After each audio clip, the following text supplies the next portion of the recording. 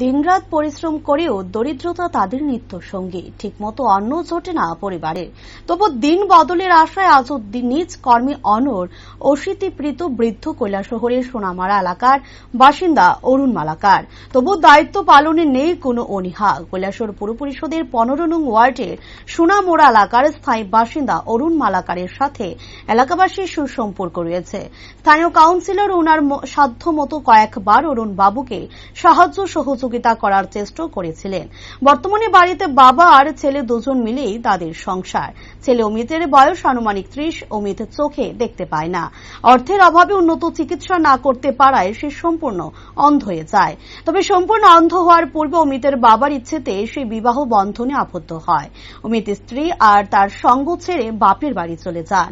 বর্তমানে অরুণ বাবুর সরকারি অনুদান হিসেবে বৃদ্ধ ভাতা আর ছেলে অমিত অন্ধত্বের জন্য অন্ধত্ব ভাতা বর্তমানে তাদের সংসার চালানোর একমাত্র পথ।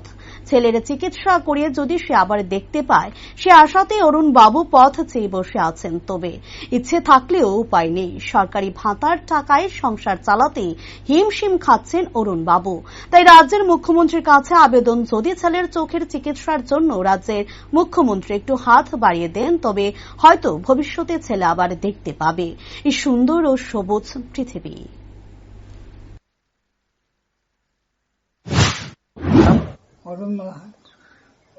বাসা কোন জায়গা? দুর্গাপুর। এটা দুর্গাপুর ধরে।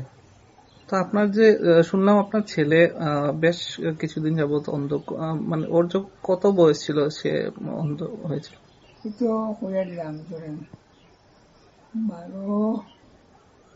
12 বছর থেকে অন্ধ হয়ে গেছে। তো সে কি বিয়ে টিয়ে করেছিল? বিয়ে করছিল, মাইয়া একটা আনছিলাম। মাইয়াটাও এইরকম। কয় ছেলে কয় মেয়ে ওর? ছেলে একটা, মেয়ে একটা। একটা ছেলে একটা মেয়ে। তো ওর কি কখনো মানে চিকিৎসা করাননি আপনার? না, চিকিৎসা করাইছিলাম, গেছিলাম ডাক্তার কাছে। ডাক্তারে কইছে যে এটা ভালো হইতো না। তারা পরীক্ষা করছে, এখন এটা ভালো হইতো না। নিকানোর মধ্যে রয়েছে, টাকা পয়সার অভাবে আমি আর পারতেছি না।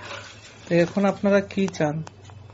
কোন তো বাতা ভাই, আমি তো সামান্য বাতা ভাই, ছেলেও বাতা ভাই। এটা দিয়ে কোনো রকম চলি। রেশন কার্ড আছে, আমার বিপিএল কার্ড আছে।